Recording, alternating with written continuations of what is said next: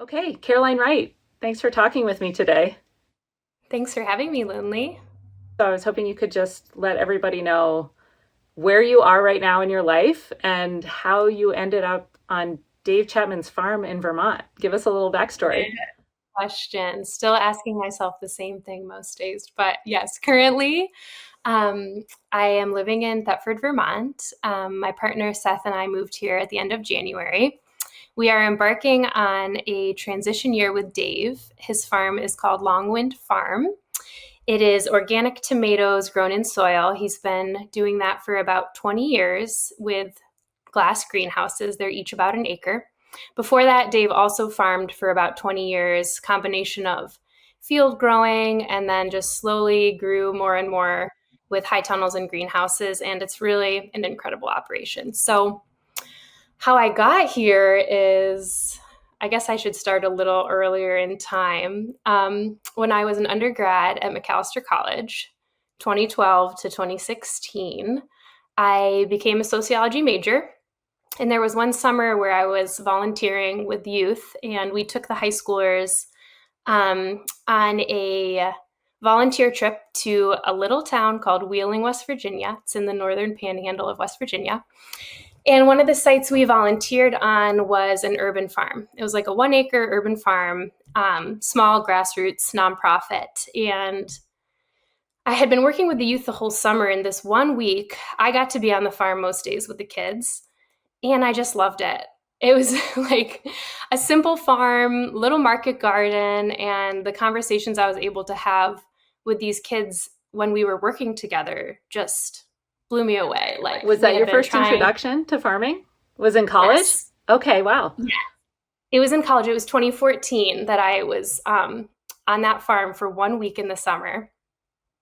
And that was, yeah, my first time encountering farming. And I loved it. I loved the grassroots nonprofit too. It was like five, gritty people, humanitarians who just really cared about their community. It's also Wheeling is a food desert. So there's not a lot of food access. There was like two convenience stores and a Kroger that you'd have to drive to, but there just wasn't a lot of food available to people. So they had some cool programs. One was a mobile market truck that drove around to low income neighborhoods and set up a farmer's market, like 2 locations a day. And this encounter drew me in so much, I actually moved there the next summer to work on their farm. And I actually managed that mobile market truck, which was really fun. And then I returned to Wheeling again the following summer. I moved there when I graduated and interned there for the summer on that farm. So yeah, that's how it all began. Okay, so you're in college and you are volunteering in Wheeling. So where's the next step? You realize how much you love market gardening. What do you Mm-hmm. take next? What step do you take next to learn The more about next it? step, still in college, I was so, another important piece for me was being like captivated by the labor of farming. So I was studying sociology, where we were mostly studying like how the Industrial Revolution has impacted society, and the pros and cons of that, for humanity and for society. And I just felt like there was something different about farming. Like I loved. I'm just a good candidate for farming. I'm gritty. I'm a hard worker. I love being outside. I've always been an athlete, so I like loved being able to use my body as my work. And then also, I just noticed like growing food and selling it is just different than making a chair and selling it, or even less advanced than a chair, like making some earbuds and selling them. Like there was something different about the art of growing food, and it really drew me in. So the rest of my journey in college, I focused on agriculture. And so I ended up writing my senior capstone in sociology on these topics. And so I dug deep into the social theory I had been learning. I wrote a paper using Marx's theory, Mauss's theory of the gift economy, and I also brought in some writing from Wendell Berry. But I was just teasing apart like what's different about the labor of agriculture. Like there's elements of the gift in what you're growing because you're connected to it. It's a mystery of sorts. It's biological. You can't fully control it. And then when you sell it, sure, it's different if you're selling it wholesale and you never see the person, but if you're selling it at a farmer's market and giving it to someone, like, you are in that tomato, there's like a piece of you in it. Like, it's a labor of love. Like, it's really hard work. So I was kind of teasing apart these things that really fascinated me with just the labor of farming and the products that are produced. And so Marx's whole theory on capitalism is that industrialism estranges people from labor. So you no longer own your own labor because you're paid from the capitalist, is what the terminology he uses. And then also because of money, like when capitalism came, money came, this universal exchange value. So no longer, Linley, could I barter you eggs for tomatoes, and then we come up with the value of those products. What does a dozen eggs equate to, 5 tomatoes? We get to determine those values. But when money came in, the great equalizer, I could sell my tomato for you for $1 or $100 if I really wanted to. And based on who your audience is, people would be willing to pay different things. We see this all the time with different products. A chair could be made with the same materials, the same way, and it could sell for $100 or $5,000 based on how you're marketing your product and everything like that. So anyway, back to Marx, my old friend Marx. Yeah, how did that change things? Like, because it's not like a negotiation, an interpersonal like relationship, how did that, change things for the better or worse? Yeah, I mean, I was kind of teasing out that farming is this kind of countercultural means of production within capitalism. If it's small, direct to consumer, there's like a relational dynamic because there's this like element of connection in the produce you're growing and selling to people, and it's like tied to you and your labor, so like in an intimate way that's different when you're just buying materials and making something with them. So I was basically teasing. Wait, I want to go here. This is interesting. So to me, I want to pull it apart further. So if I build a chair, though, there's a lot of like, you could think about where the sustainability, where the wood comes from. Did you grow it yourself, or how close is the wood? Like, in a way, a chair could be like that too. Yes, I agree. Totally. Or agree. is there something different about farming that you were arguing? Yeah, I didn't really compare like other arts or labors, but like I do think, I used to have a housemate who would mill his own wood and make beautiful barns. That is closer. The artisan community, I think, is pretty close to the farming community. But yeah, I was teasing with this element. Well, with farming specifically, even like going to mill down a tree, you weren't watching that tree grow for 100 years. Maybe it was on your land, like part of your place, part of your ecosystem. But with farming, it's like so intimate. Like, you are seeding that like arugula. You are planting it, and then you're like giving it what it needs to be nourished. And then there's this extra element of like the mystery of biology. Like, you can't control everything. And sometimes it fails. Like, you might just get a bunch of flea beetles and be like, I can't sell this arugula. It is too holy. And then you're harvesting it and washing it and bagging it and then bringing it to the farmer's market and giving it to someone. And they are going to take that home and eat it. And it's going to become part of who they are. That's pretty intimate. So there's an intimacy to farming that I do think is like more extreme even than like building an artisan chair. Good one. So what's something that you've learned from farming that applies to life off the farm? Just applies to life in general. Ooh, that's a really good question. Well, I think a really beautiful thing, the most beautiful thing that happened with my farm in Ann Arbor was just how connected to the community I got. And that was unique to farming for sure. And even if I had moved back to Ann Arbor just as a person working in the world, I would not have become like as ingrained in the community. So my favorite part about it was actually just all the connections that were made from our CSA members to our farmers market customers. Like, there's something that's so special about one season seeing a couple and they're pregnant, and then the next season they have their baby, and then the next season the baby's walking around and like eating your tomatoes. Like that is like familial in a way, you know. I mean, it's not totally familial, but And you've it's helped pretty nourish that close. child. Yeah, I know. It's like so cool. And then just all the connections we made with stores and restaurants. It was like it was just so cool how connected we got to the community through our food and going to restaurants and having them put Good Neighbor Farm salad mix on their menu and see us and send us a bunch of free plates. It was like, oh my God, like that is the gift economy, you know, going to a restaurant who loves you and them, you know, not even giving you a bill. And you're like, no, no, I need to Yeah. give you a bill. I want to support you. And they're like, no, Yeah. you're eating on us tonight. Like that was so special. Just all the connections made with chefs and stores and people and families. It was awesome. So I guess that translates into other life of, yeah, just maybe thinking about being a generous person in the world and how you can share the gift that is farming through growing such nourishing food, and how you can think about giving back and also getting people involved. Like I loved having people come to the farm, or would encourage CSA members to walk around the farm. Yeah, bring your kids, walk around, bring your dog, whatever, walk around and doing farm tours because people really are interested. And we actually were kind of short on labor one season, and we had added a high tunnel of tomatoes, and tomatoes are a lot of work. So we just put a call out. I had a newsletter, and I just put a call out for tomato volunteers, a tomato crew.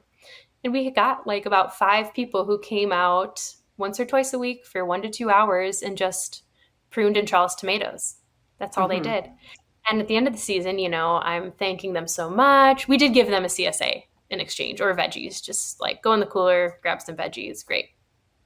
And I was like, you know, thanking people so much. And they were like, no, no, thank you. Like they had such an incredible experience just working with the tomato plants and being on the farm. Like it is kind of going back to this element of like it is part of our humanity, like being connected to the Yeah. land, being connected to the food we eat. It nourishes us. The work and the food nourishes us. And so yeah, that's another thing I think of, like inviting people into the work too.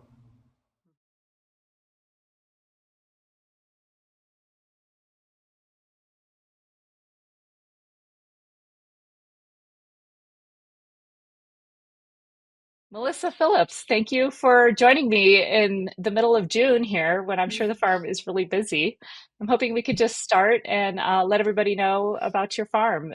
It's Hidden Acre Farm, is that right? Yes, Linley, thanks so much for having me. Yeah, it is Hidden Acre Farm. So we started Hidden Acre Farm. We're in our seventh growing season there, and it is a certified organic and real organic vegetable and flower farm. We're on about 4 acres now, and we are in Bloomingburg, New York, which is about 90 minutes north of New York City, and it's at the very foothills of the Catskills. We have a crew of about 7 part-time employees on the farm and a few people helping down in the city at our market there. We're at a green market in Carroll Gardens in Brooklyn every Sunday, and we're also at Bronxville every Saturday, and that's our main sales outlets. So you've been farming in that location for 7 years or total 7 years? No, we have been farming for about 9 years. That means we started farming 2 years before we started Hidden Acre Farm, which I should say I started with my husband, Jack. And we both had pretty much completely different careers before farming. We're first generation farmers. Both of us came from very unfarmy backgrounds. I grew up in London and ate very well, but really didn't think much about where my food was coming from, the seasonality of food. I wasn't connected to farming in any other than my granddad's hydrangeas. I really wasn't thinking about growing things. So it took a move to America about 13 years ago, and we landed in Texas.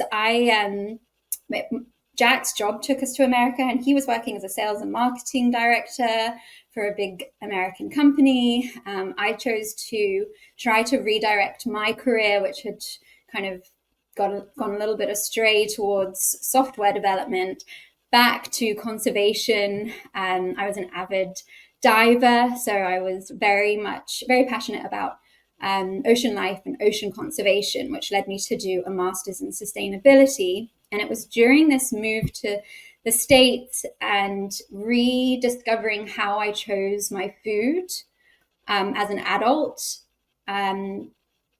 It really took that to make me start asking questions about where my food was coming from and what was in it.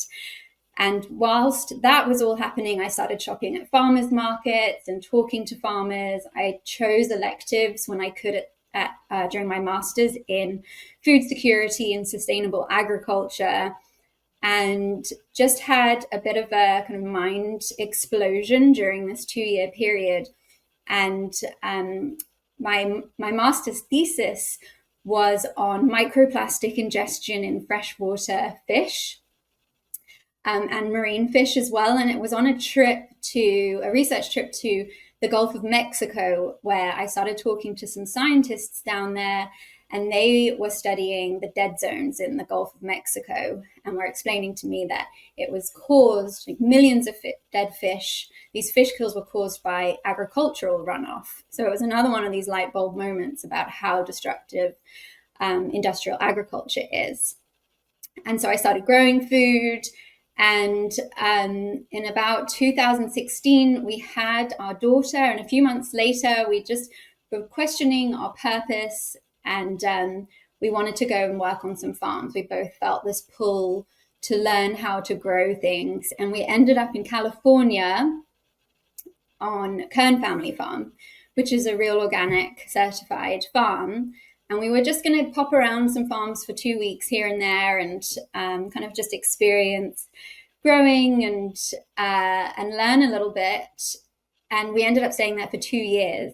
And we're really enveloped into this beautiful family on just the most stunning piece of land up in the Sierras, and fell in love with farming. We learned everything we knew from these just organic farmers that were so generous with their time, and really took us under their wing, and I suppose saw some potential in us. And it was there we decided to start Hidden Acre Farm over on the East Coast, a little bit closer to home, and with access to the New York market, so that we could hopefully make it financially viable.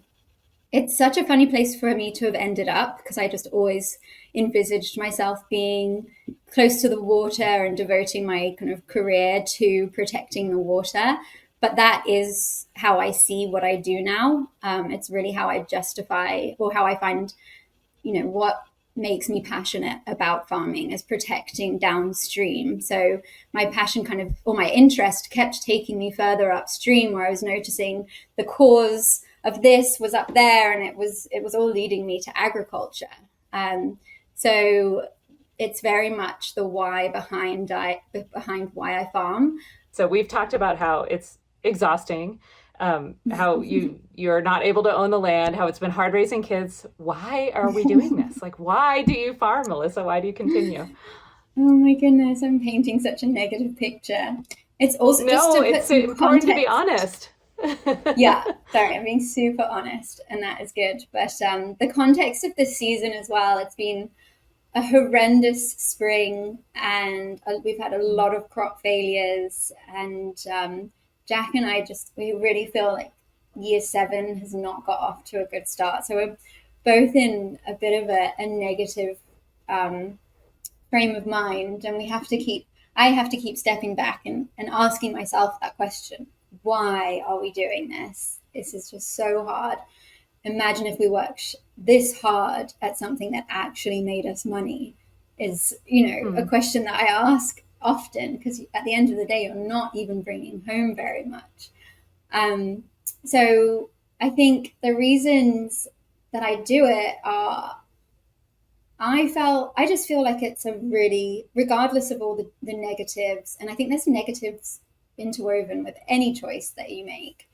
And farming, it's so tangible, everything's so visible. We're complaining about the elements, the climate, just all these things that you can clearly see and having very real impacts on our day to day, and like the problems within the food system. And I mean, we're just impacted by negative forces left, right, and center. So I think it's just really easy to see the woes of farmers, and we still continue on in the face of all this adversity, because I love growing. I love growing food. I love knowing how to grow food. I think it's such an important skill set, especially organically and regeneratively. We need to keep this knowledge alive. And I think it's just something that we can do in life that's really important. Like growing food, we all eat 3 times a day, and we need to eat good, nutritious, healthy food that's been grown with a positive impact on the environment and caring for people, treating animals humanely. Like I see so much importance in that, and I think it's often overlooked. I think the work that farmers do is overlooked and so undervalued. And I've just found so much purpose within the agricultural sector, and I have to have purpose. I can't just make money. I can't just do a job that pays the bills. I really want to spend my time doing something that I find fulfilling. I sleep really well at night. I love kind of the physicality of it. I love being governed by the seasons. The seasons we get in New York is definitely one of my favorite things about farming up here, even though we have crazy cold winters. This last winter was like nothing I've ever seen. It was just ice for weeks. And but I love that time. I love the winter and the downtime and the rest and the ice skating and the skiing and having much less to do on the farm. We've actually pretty much become year round now, because Jack just can't get enough of his Sunday market. So we've continued to grow in our tunnels. So we still are working, but it's very, very minimally, and myself pretty much not at all. It's really just Jack.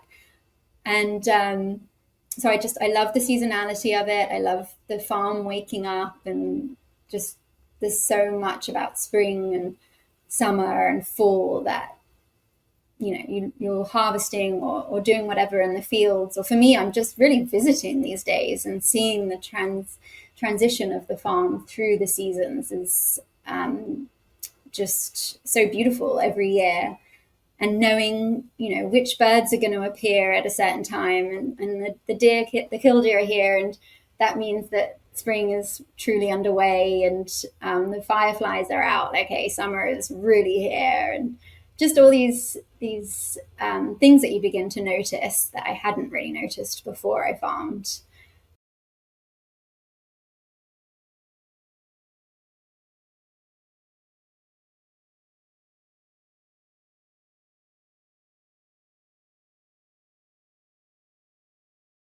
Give folks who don't know you an update on Three Spring Farm. We are a small-scale organic vegetable farm in northeastern Oklahoma, and we sell just through a CSA. We have about a 350 CSA member base.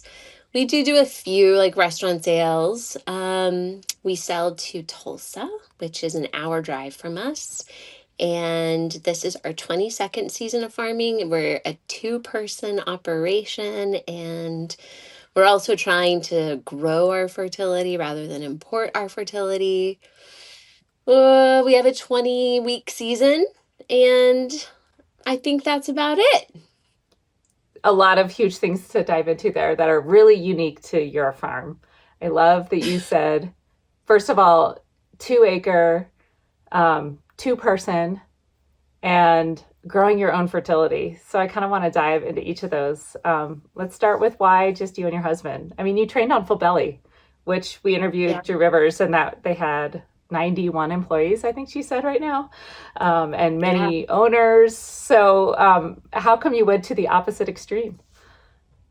A lot of reasons. One, we like love the diversity that they can do on a larger farm and with all those employees and year-round growing. I mean, they are amazing. Like you can eat off a full belly farm exclusively. But we also knew that we were going to be in Oklahoma.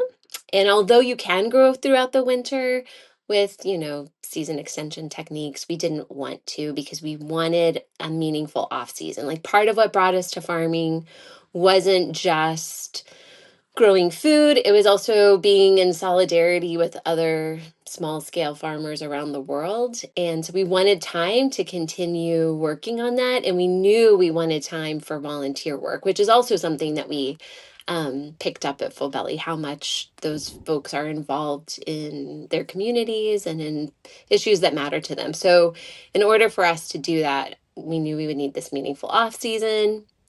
We did not want the burden of trying to figure out like what people would do over the winter when they weren't working with us. And we also, this may sound terrible, but we also just love the freedom of being a two-person farm. If it's raining, we don't have to scramble to find jobs for people to fill because they're there and, we're paying them. So we need to find something for them to do.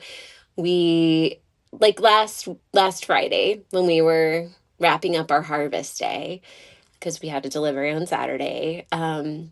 Mike was like, "Oh, I think we should go out and, pick some beets and clean them." And I was like, "I think we should go to the creek and swim." And so, we went to the creek. But it's a lot harder to do things like that when, you're on more of like a time schedule and a time, like a clock. So we also are not the greatest managers. Like we are completely aware of that about ourselves. And we also wanted to be in an area that we knew might not have a lot of employee options. So, yeah, but mostly it's just like a kind of a freedom to farm the way we want to and when we want to. And I guess final thing is we knew that to make enough money to really pay people a living wage would require a different scale. And it's not like you can go from like a couple of acres to like 5 acres to 10 acres and it all just like automatically pans out that you have double the net profit to pay people with. Sometimes farms employ people and don't actually increase their bottom line. So we just knew we would want to do it, just the two of us. And I that's what love we've that. done. You said you'd like to treat your employees well, so you have none. So Pretty much. farmers typically have trouble with that, and so what sort of made you realize how difficult that would be without diving into it yourself? How'd you learn that so early? Well, California has a really complicated agricultural workforce situation. And, Full Belly is like a pioneering farm in terms of offering credit to employees and then eventually retirement to employees and helping people buy homes and, incredible commitment to that. And yet not every farm is doing that. And so, in essence, just to say it bluntly, like we didn't want to profit off of other people's labor. Whatever profit there was, we wanted to take for ourselves. If it was minimal, we were okay with that. But we didn't want to pay someone, a not great wage. And we wouldn't have been able to do anything but that at our beginning, but ultimately like profit off of their labor. So there's that. You mentioned earlier that you chose to farm and you had the privilege of choosing to farm. Why? Why do you farm? Yeah. I mean, there's a lot of things you can do point, that are good for the environment, right? If that was a core value. Yeah. And sometimes, like, I won't lie, like, sometimes I've wondered, like, if what I'm doing is helping the earth enough. Like, Yeah. is organic farming enough? Because you are still like taking some land and you're tilling it up, and even if you're not tilling it, you're still changing it. You're taking it out. If it was like, hopefully you aren't taking it out of any kind of native situation, but certainly not being returned to a native habitat while you're farming it. But the reason I keep doing it is because actually something that my dad said a few, like years before he passed away, and he passed away a few years ago, was he was like, what you guys do is actually incredibly radical, because not only are you growing this food that's like healthy and accessible and, um, you know, using environmental practices that you believe in, you're creating community around your food. And that community is like also a different economic model, and it's a different social model. And, I think that is why we keep doing what we do, because the joy, like the unbelievable joy that we get working with our customers, I mean, having the kind of relationship with them that we do. And, it is still a miracle to put a seed in the ground and watch it grow and watch it become a vegetable that someone's going to eat. Like, that is a miracle. This little teeny tiny thing, becomes a tomato plant that you harvest like however many tens of pounds of tomatoes off of. And like, like the miracle of that life is a gift and a blessing, I think, for us every day. So that is why we keep doing it. Do you have, you talk about the miracle of getting so much poundage from a tiny little seed, but do you have moments to share when it's been really hard, when you've kind of questioned, like, should I go on? I mean, if there's a farmer that tells you they've never had that, they're either gonna have it soon or they're not being honest. Day one, right?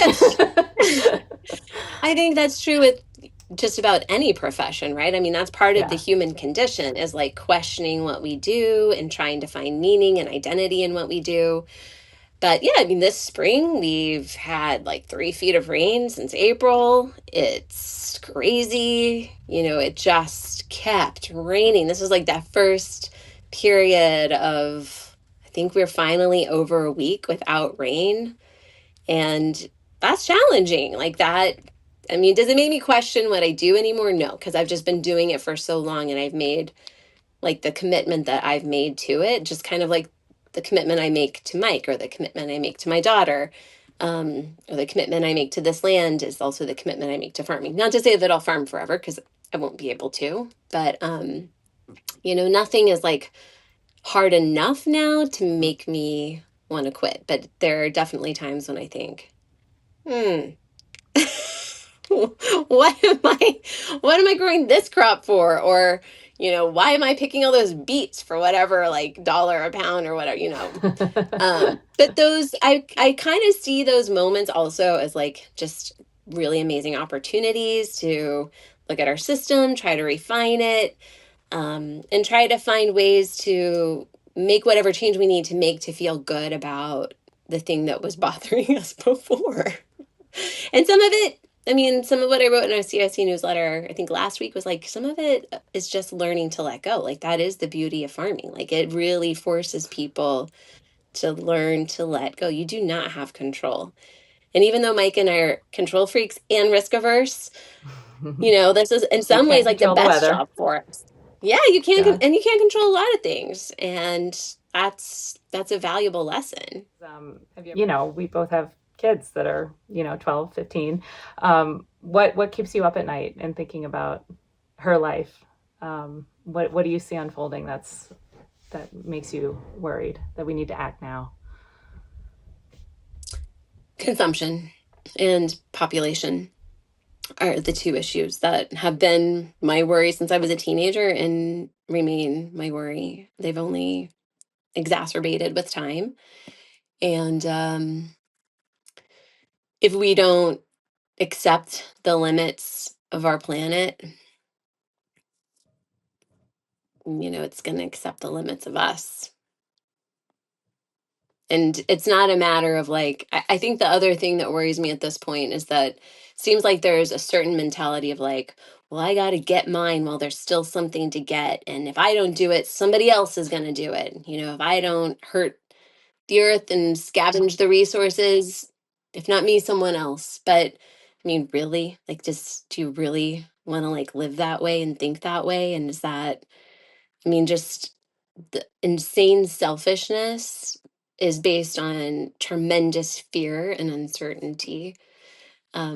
If we could get past the fear, I think we could get back to radical generosity. Hmm. I love how you said that. Okay, so you're so inspiring to so many people. I'm wondering who inspires you. Oh I my hear it, Emily. gosh. I know I tell you that, I'm often like, okay, what would Emily do? But I hear it after I've interviewed you. So maybe I need to forward those more often so you can know. No, pshaw, pshaw. I mean, so many people inspire me. I mean, like people like this woman who has been part of the Spring Creek Coalition for decades at this point and is in her 80s and like dedicates her time and doesn't have to and could be like living out the last, decade and a half of her life in just ease and without the troubles of worrying about the world, puts in like a part-time job at least into this work. I mean, there are the people that we all hear about, that we all know about. And I mean, obviously people like Jane Goodall, like, I mean, those people obviously inspire me. Isn't she amazing? And she is amazing.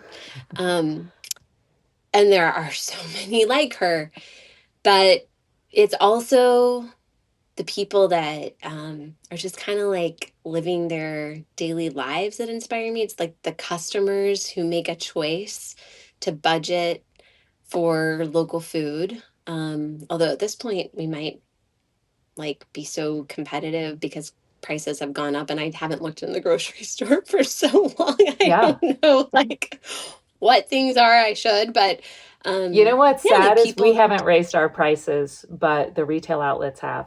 So they're Yeah. just making a bigger profit on our stuff, which is really Yeah. frustrating. It's like, we didn't raise our prices on you. Wow. It's just, maybe they were making too little off of our stuff before. I don't know, but it was interesting to see happen. Yeah, that is interesting and frustrating. Yeah. Um, yeah, it's people who make like what they might perceive as sort of small choices, but which are actually like the huge choices that inspire others to do something that inspire me.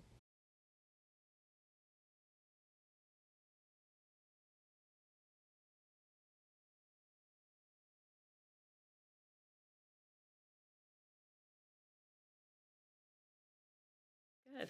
Well, Beth, it's nice to see you. Yeah, thank you, Linley. Yeah, Thank you for yeah, being here. yeah. So, talk a little bit about what it was like to grow up on a farm and like, did you know that that's what you wanted to do?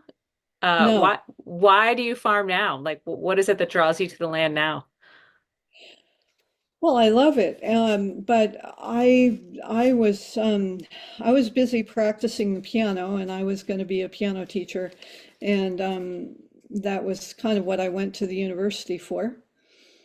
And then I had to, I tried not to take any science courses, but I finally had to do one for my requirements.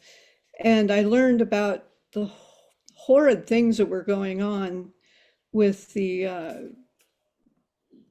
trying to release gas from the earth so that people could take advantage of, you know, driving more cars and heating their homes and so on. But they were, at that time in the 70s, when I was in music school, they were talking about doing, and I was in Colorado, they were talking about using an atomic bomb to release the gases. And I was just horrified. And, uh, you know, common sense. Common sense is a really important ingredient, but we've lost kind of that possibility.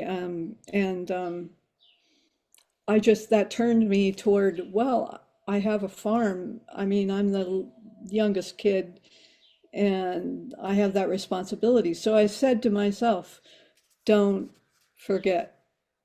And that I left the farm for 37 years, but that was always it was always showing up. Don't forget. And so here. But then so you found farming away from the farm in Pennsylvania through biodynamics. What drew you there initially? Well, I came back after music school and after a few escapades. I came back and I thought, well, I'll try to farm. And my father was going blind, and we decided we tried to do a garden together. And my mother said, get a real job. And so I worked in town for about 60 hours a week in working with people that had mental illness, and just being, I was just an aide, and worked in a health food store. And then on the side, I tried to garden and was very unsuccessful because I didn't know enough. And I saw a biodynamic training at Kimberton Hills in Pennsylvania at this intentional community. And also being a musician and being really interested in art as well as the earth, I felt like it would be a good combination to try to do something in an intentional community. So I did that.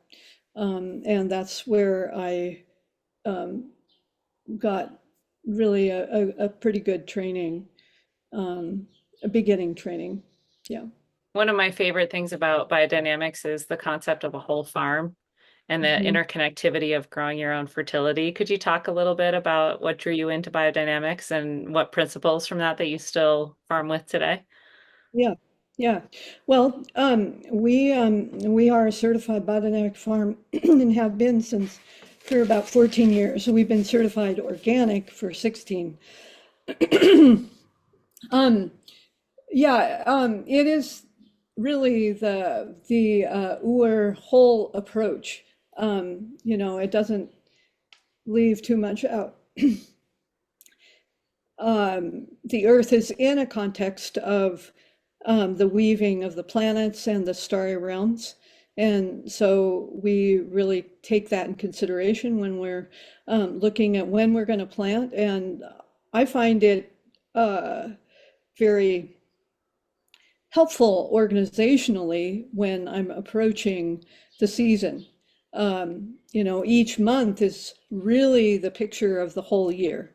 So, every month, whatever moon sign you're in, at the end of the month, it's going to be again in that moon sign. It goes through the whole year, every month. So you have that going on, and there's a lot of rhythms, and it's very musical. You put a message out that you're hoping to, recruit others to join the operation. Is that true? Yes, that's right. Thank you for bringing that up. I really appreciate it. We're, our partner, Matt, does not live on the farm.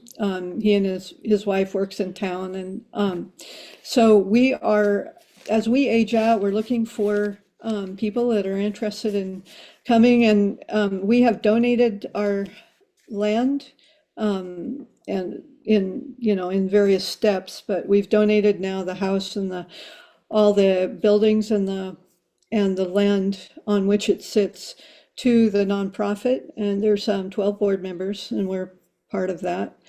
And our intention is that it goes into the future. So we're looking for people to join us because Matt is fantastic, wonderful man to work with. But it is a lot of work And I think 3 people is about the smallest amount you should have to do a seed company on a farm. So, you know, uh, we're just seeking people who are really interested in biodynamics and seed growing, and we have it's very modest, but we have housing on the farm, and we have good Wi-Fi. So if somebody's partner wants to do another business on the farm, they can. And I think this really can go into the future. That's why we donated the land.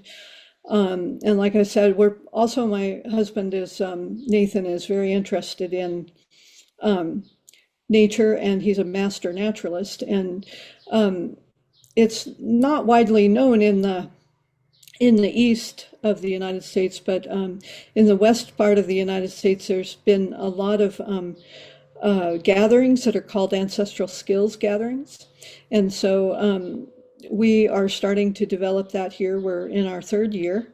We will be doing that in August, and where people come and demonstrate various skills, such as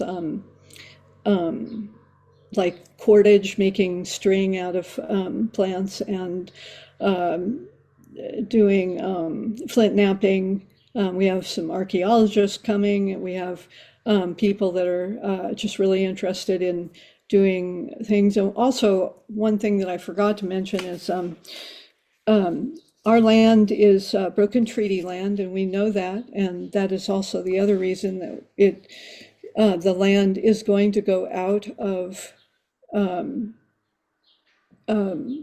our family and be jointly owned by a nonprofit, because we feel that it needs to go into the future, and that communities need to take care of land. We've also been very careful not to get stuck in a bank loan, so we don't have any loans on the land. We do have a lot of old equipment, and Matt is very good at fixing equipment and learning more all the time. He's a great teacher. And so is Nathan, who, like I said, worked in the Swiss seed company, Sativa, which was the first biodynamic seed company in the world. We have to think differently, but it's not an easy thing to get to, especially when we're isolated in kind of little boxes, and there aren't enough role models to show the next, to show each other in our community how to do it. And I truly think that's how change comes, is you be the change and others see it and can model it. You can model it and then they follow. So I guess I'm just grateful to you today for sharing, putting all these ideas out into the world, and hopefully there's the next generation listening and interested, like you said, taking up. There's so many possibilities you said it was 500 acres. That's more than just a farmer or two. There's still a lot of potential there. Yeah, there's a lot of potential. It's the thing is that we also, it's also a thing that's already going in motion. It's not like we're inviting people to come and just do their own thing. There's skills. There's already a market. Yeah. So that's that's not for everybody, but it is an opportunity. There's a lot to learn. It's exciting, and we have a great young person that's so gifted and so could use some company. Yeah. We're really anxious to be able to show people things that we've learned before we lose all of our marbles. So Yeah, it's an incredible set of knowledge.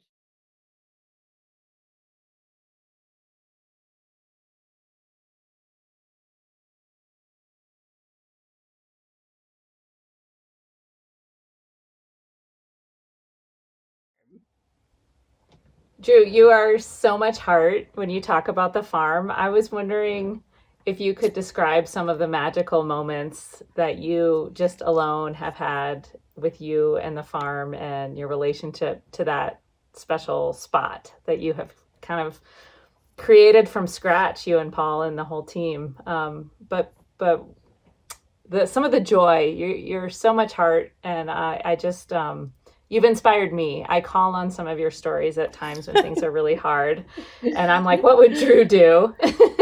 So I'm wondering if we could spread that to others and they can benefit as well. Yeah.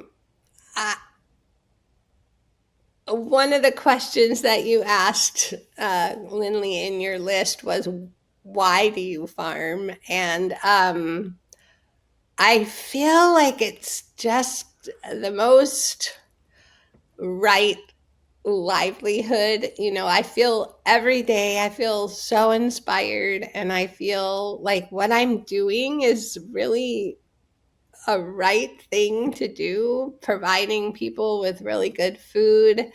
And as I've gotten older, I feel like I am so full of gratitude for what this land has provided.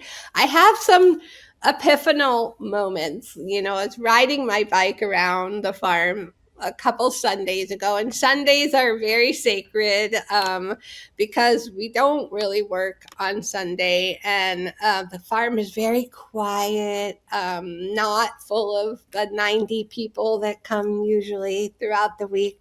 Very quiet and beautiful, peaceful. And I had this epiphany just about how grateful I was for what the farm has supplied, this given to us over these years, and to see it all come in now.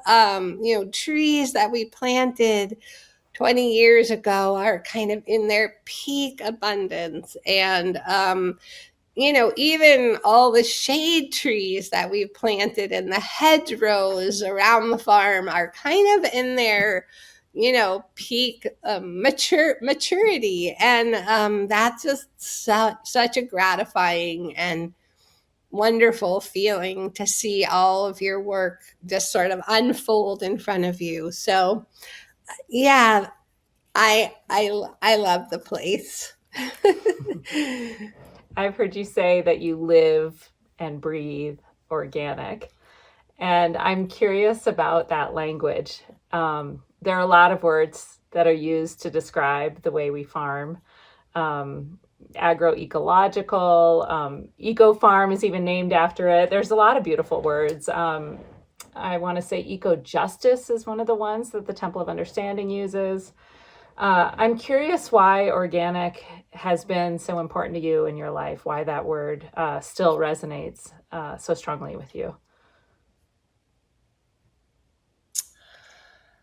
I think it resonates with me because it's kind of been on a journey with me. When we first started the farm, the word and the term organic were really just beginning to be, defined and to be sort of wrestled with. What does it mean to be organic, and how do we prove to people that we're organic? And so I feel like that word and myself have been on this journey together, sort of riding this wave of people's interest in healthy food, people's interest in their own personal health, but also planetary health.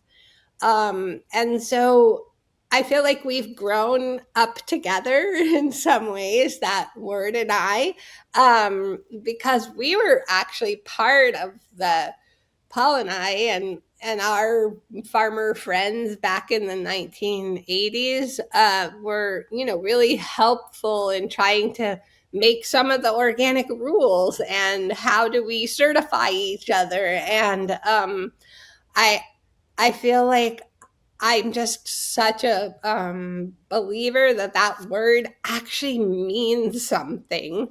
And that also then, I guess, means that my life means something at the same time. And so I just really feel like it's a word worth fighting for, because it really does have significance, and people can think of it kind of as the good housekeeping seal of their food and their own personal health. And so I really want to hang on to it. I don't want it to go away. I want to hang on to the original intent of it.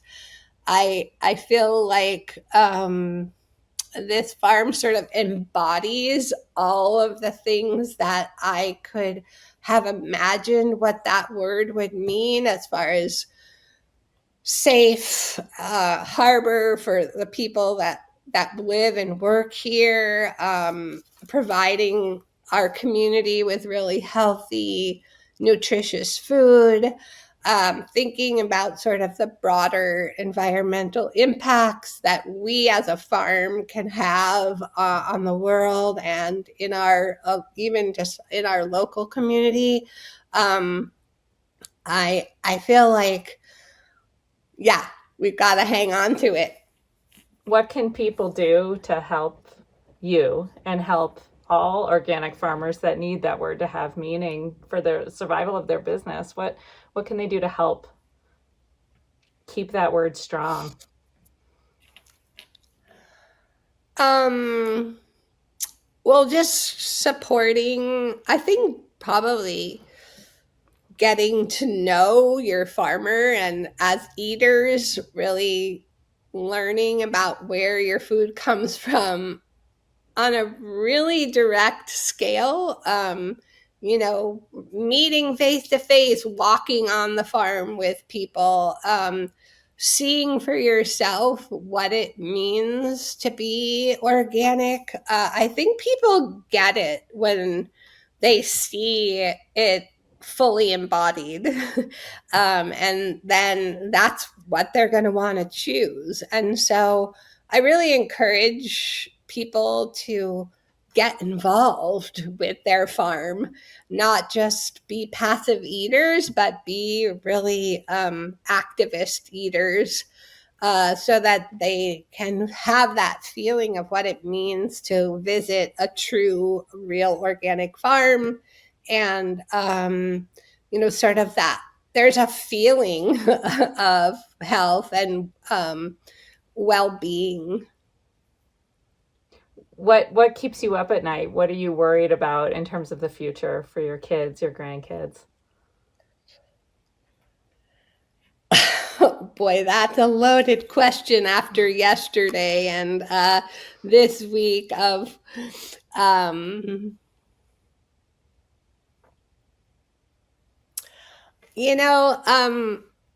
it's funny.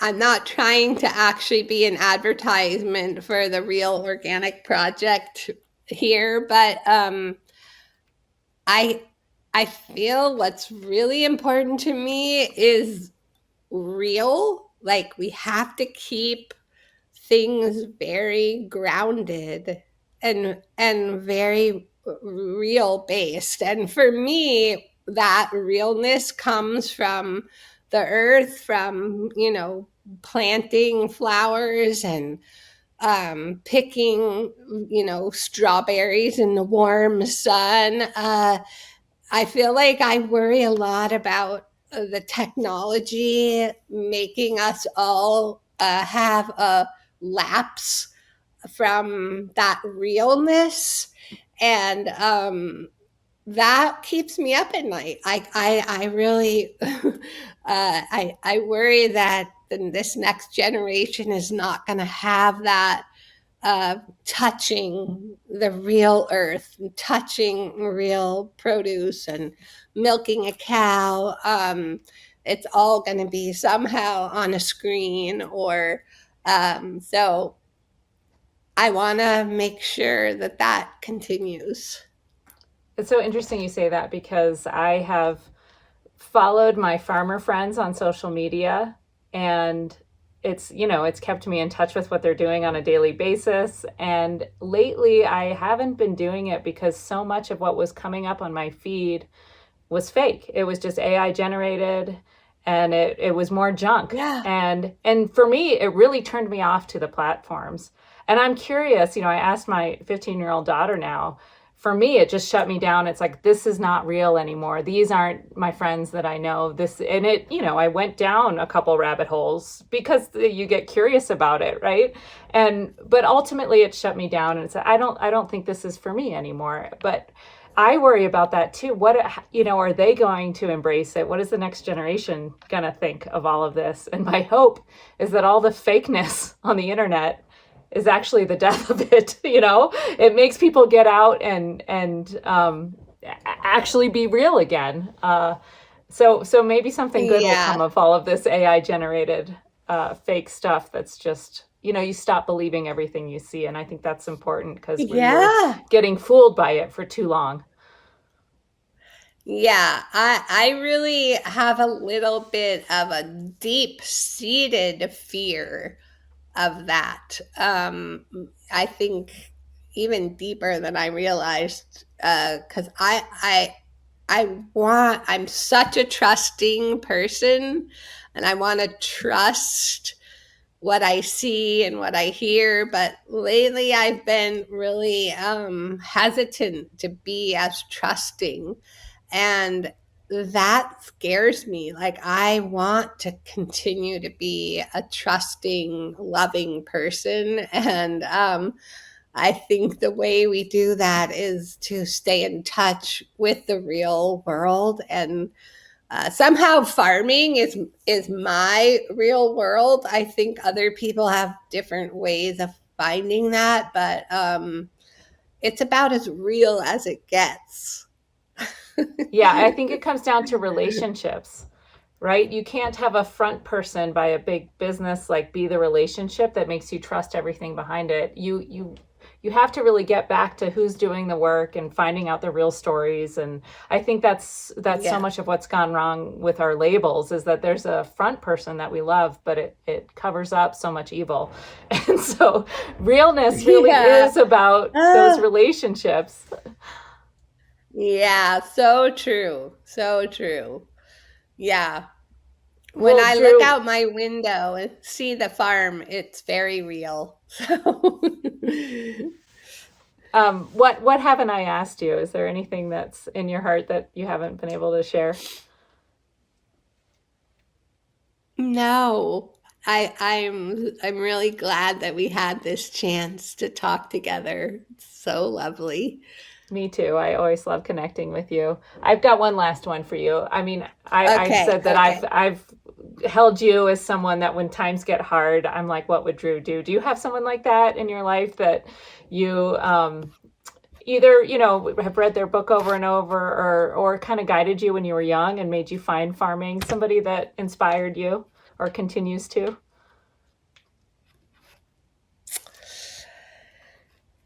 Yeah, I mean, I love poetry, and so I go a lot to Mary Oliver poems. She's when I'm feeling down, I can always read a good Mary Oliver poem, and even though she's not, farm related necessarily, she's very earth based, and her poetry gives me a lot of hope. And yeah, there's some special ones that I love that really are good for the soul. I have her Upstream book by my bed, and I go back to it often. Yeah. I have the devotion one by my bed, and it's so good, so good. And I don't really like poetry, but she draws me in as well.